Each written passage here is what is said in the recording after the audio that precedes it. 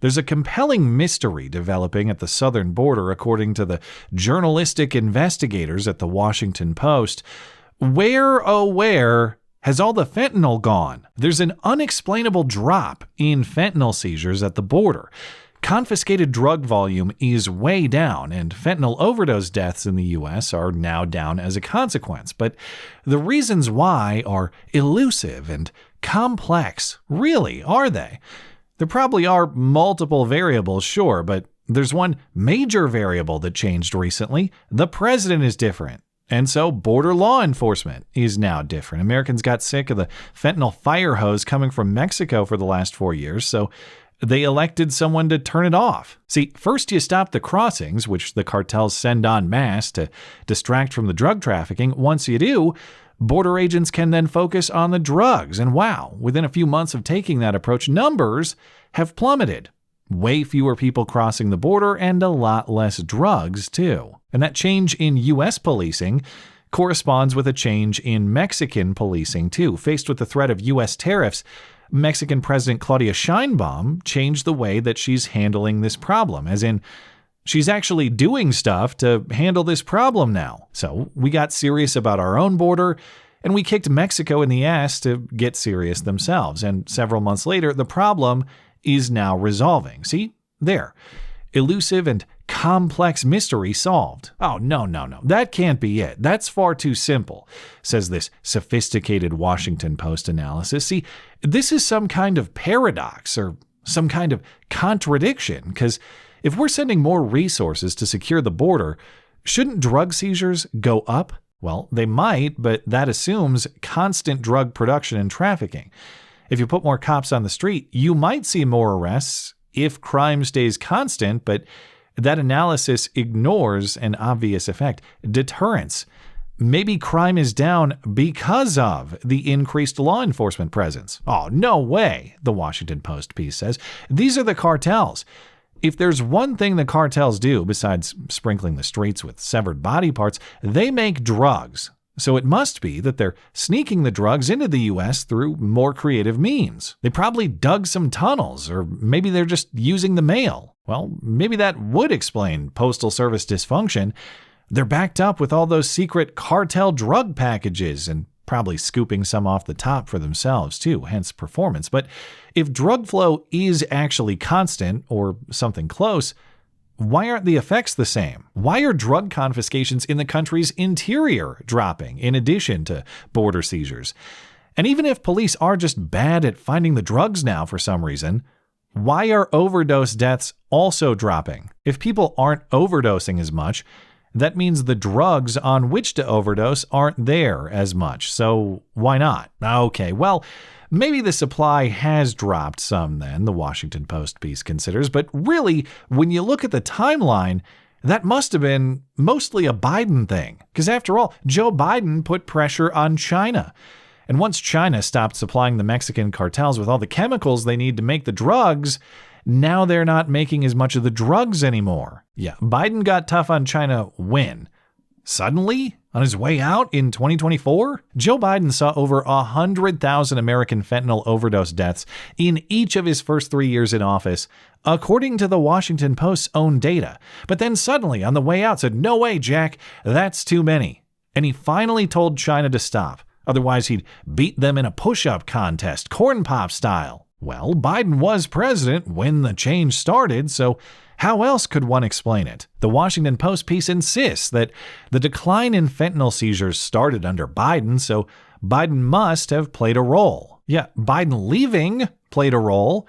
The cartels think, hey, maybe we're not going to be able to get away with this so easily anymore, so maybe we should take some time to adjust our strategy. Or maybe we should move our labs into bunkers, actually, because the new guy is talking about bombing us now. But no, it can't be that drug producers actually respond to change and so supply is impacted, even though all the information this author herself is providing indicates exactly that. Maybe it's a sudden drop in demand. Maybe now that all the fentanyl-chugging hobos have mostly died off, there are just fewer people interested anymore. Or, as one of the top scientist experts the Washington Post consulted for this piece says, maybe it's just that illicit opioids like fentanyl just aren't cool anymore. And hey, it's true. George Floyd doesn't have the appeal that he once did. But even if you do think that the kids just aren't as into the fentanyl samples at the rave as they used to be, why not? What changed suddenly in 2024 that altered their party habits so significantly? How did the fentanyl bro become uncool? It's just another layer to the mystery, apparently. But okay, if the Biden supply interruption theory makes no sense, and the fentanyl isn't cool anymore demand theory makes maybe even less, and the simple theory that, hey, maybe a change in law enforcement actually worked is completely unacceptable for political reasons, well, how about this theory?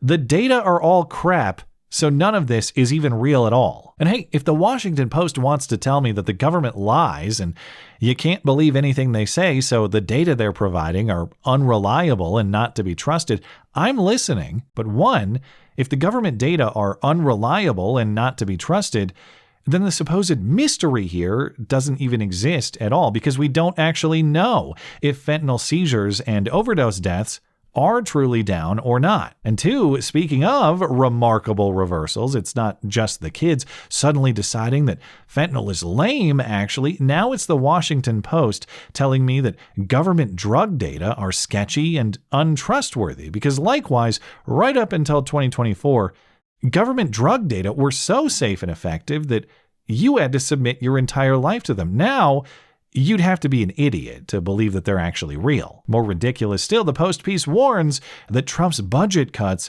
are going to make the data even worse, because the people who gather the numbers were fired. And now we might not have funding for the programs that develop overdose antidotes and addiction treatments either. So yes, it's not just that they can't explain how the problem has improved under the guy that they hate. It's that the problem might actually get worse, despite all available information to the contrary. Well, one, if massive government spending was producing unreliable data, as this article itself says it was, then what difference do the cuts even make? Hey, no, don't cut spending on that useless information. We need that. Why? And two, as far as money for addiction treatments, well, you don't need addiction treatment when you stop the addiction first, you know. Would you rather treat the symptoms or eliminate the disease? But even if you don't believe Trump, or you hate Trump, or you refuse to credit Trump with anything ever, fine, don't listen to him or his White House. Listen to another source that generally hates Trump too, the New York Times, doing its own investigation over the last year. They have a reporter in Mexico following this story full time, and she doesn't see any mystery here. They do describe it as a surprise, but she sees a change in policy producing direct and immediate results. Today, my colleague, Mexico City Bureau Chief Natalie Kitroev, on the surprising result of Trump's strategy. This is a New York Times podcast episode from March. Natalie Kitroev has been monitoring the drug crackdown in Mexico. She's even entered the cartel labs herself, watching the Mexican Walter Whites and Jesse Pinkmans in action. We made contacts within the cartel. We did interviews. We talked to leaders. We talked to cooks, meaning the people who actually make the fentanyl. As far as I could tell, all the people walking by had absolutely no idea that inside what looked like a normal house was an active fentanyl lab at that point. Finally, we made it into a kitchen. We're watching them cook. We're in what's a really basic kitchen. I mean, there's not a lot of advanced equipment here.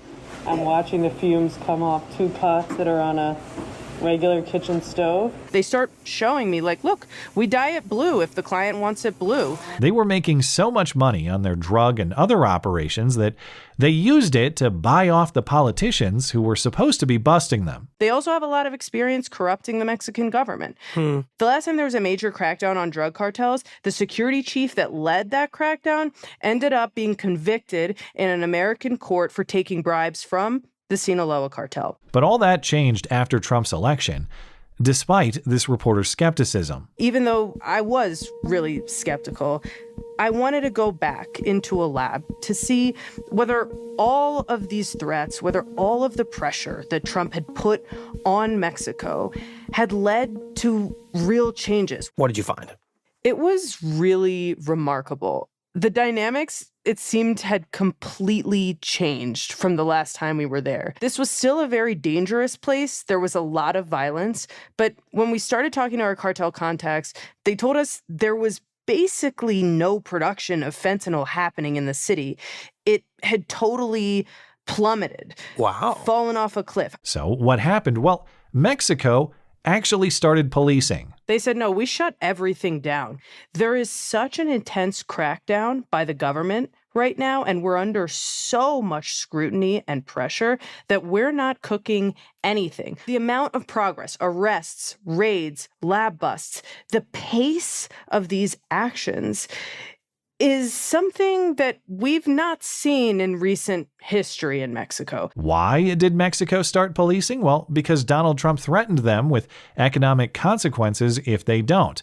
Tariffs. I'm going to guess it's the threat of tariffs, but I'm curious what you found. I think the tariff threat is the one that really spurs the action because there's a deadline. Trump essentially gave the Mexican government 30 days to show results on security, to deliver him the progress he wanted to see on fentanyl. When there's a deadline, people hustle to meet that deadline, especially if on the other side of that is potential economic ruin. And yeah, Claudia Sheinbaum has only been the Mexican president since October, so maybe she would have done some of this on her own regardless. We don't know how much of this might have happened without Trump anyway, because she was willing to change the approach. But if she's so motivated to take care of the cartels herself, then why is she fighting Trump on that demand in the tariff fight? Why isn't she saying, hey, great, no problem at all, Donald, no tariffs necessary, because we actually agree in full. The cartels gotta go. If she was intent on tougher law enforcement to deal with the cartels herself,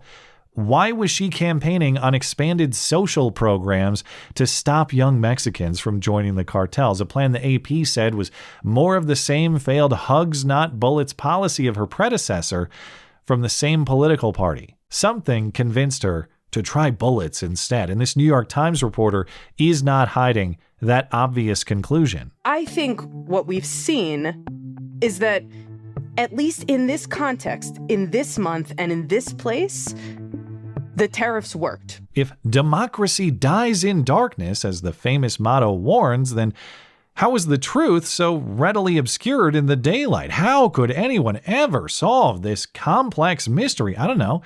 Did you try sending someone there to ask around? Because if everyone there can readily tell you the story, but you still insist, oh, no, that can't be it. It must be something else.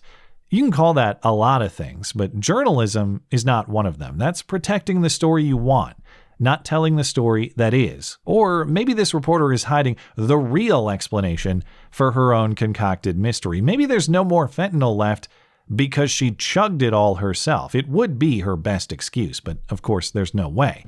Even a small dose of fentanyl would certainly make a person much more imaginative. Thanks as always for listening and for supporting this channel. Always appreciate that thoughtful discussion down below, and especially over on X. That is at ML Christiansen. You're always welcome to coming out and chatting my live streams as live on Wednesday and Sunday nights. Looking forward to it. Goodbye. Hey, if you made it all the way to the end of the video, that means you probably found some value in the video. If you found some value in the video, please consider supporting my material. You can do that one time or recurring for as little as $1 a month. It not only helps me sustain, but it helps me pay the people who make my videos possible. Linked in the description for you, mattchristiansenmedia.com/support. Thanks for listening.